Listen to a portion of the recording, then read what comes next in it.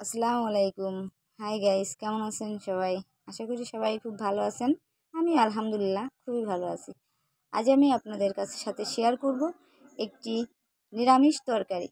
ডাউল, মুসুরির ডাউল আর পেঁপে দিয়ে কাঁচামরিচ পেঁয়াজ দিয়ে সুন্দর একটা নিরামিষ তরকারি, যেটা আসলে আমরা সবসময় খাই না। আমরা তো মাছ মাংসই খাই, পছন্দ করি বেশি সময়। তবে মাঝে মধ্যে একটু নিরামিষ তরকারি খেতে মন চায়। দেখেন, আমি প্রথমে পেঁপেগুলো একটা সাইজ মতো কেটে নিয়েছি। এরপর আমি কিছু মুসুরির ডাউল নিয়েছি। ডাউলটা আমি আগে থেকে ভিজিয়ে নিয়েছিলাম। দেখেন, আমি কিছু পেঁয়াজ মরিচ কুচি করে রেখেছি। পেঁয়াজের সাথে আমি কিছু রসুন কুচি অ্যাড করেছি। এরপর আমি এখন আপনাদের রান্নার নিয়মটা বা রান্নার যে প্রসেসিংটা এটা আমি দেখাবো। প্রথমে আমি একটা কড়াইতে আমি কিছু তেল দিয়েছি। তেলটা গরম হওয়ার সাথে সাথে আমি যে পেঁয়াজ আর রসুন কুচিটা রেখেছিলাম সেটা আমি ভেজে একবারে লাল করে নেব। আপনারাও এভাবে সুন্দর করে প্রথমে পেঁয়াজ আর রসুন কুচিটা এরকম করে লাল করে ভেজে উঠায় রাখবেন। এটা হচ্ছে বাগার দেয়া তরকারি। আমরা খুলনা এলাকার মানুষ, আমরা এইভাবে বাগার দেওয়া তরকারি রান্না করি, কাঁচা পেঁয়াজ রসুনের তরকারি বা কাঁচা মরিচ দিয়ে।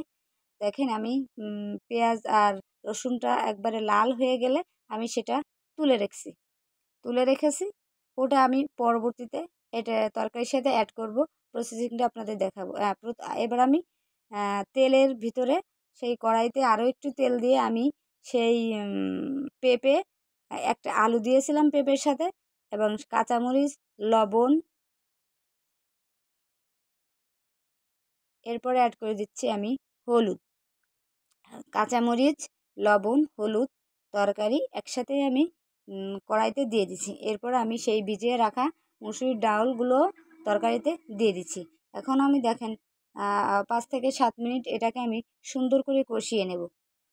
আপনার এই কষানোটা যত সুন্দর হবে, তেল যতটা ডাউলে এবং পেঁপেতে আটকে থাকবে ততটা স্বাদ হবে।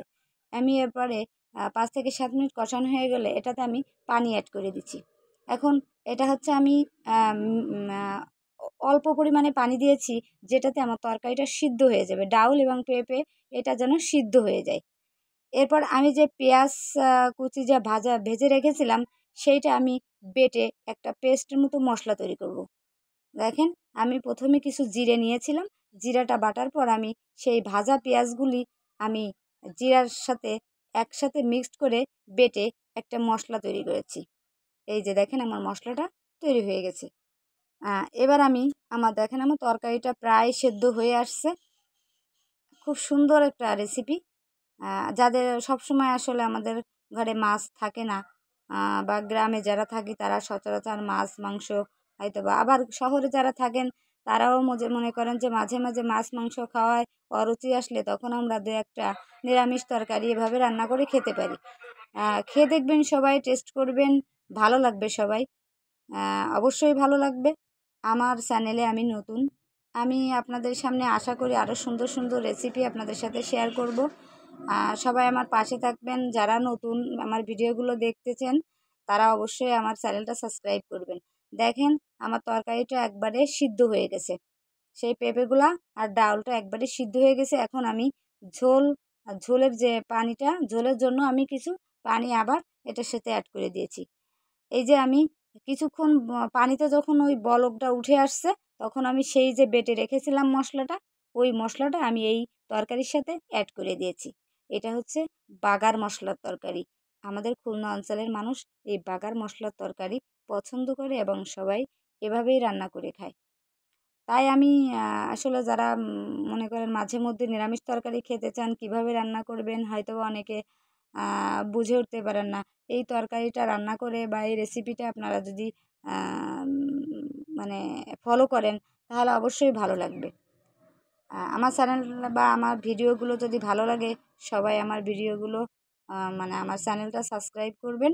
আমার ভিডিওগুলোতে লাইক কমেন্ট করবেন। যদি আপনাদের কোনো চয়েস করা কোনো রেসিপি মন চায় যে আমার এই রেসিপিটা প্রয়োজন, আমাকে এরকম একটা রেসিপি দেখাবেন, তাহলে আমি অবশ্যই চেষ্টা করব আপনাদের দেখানোর জন্য।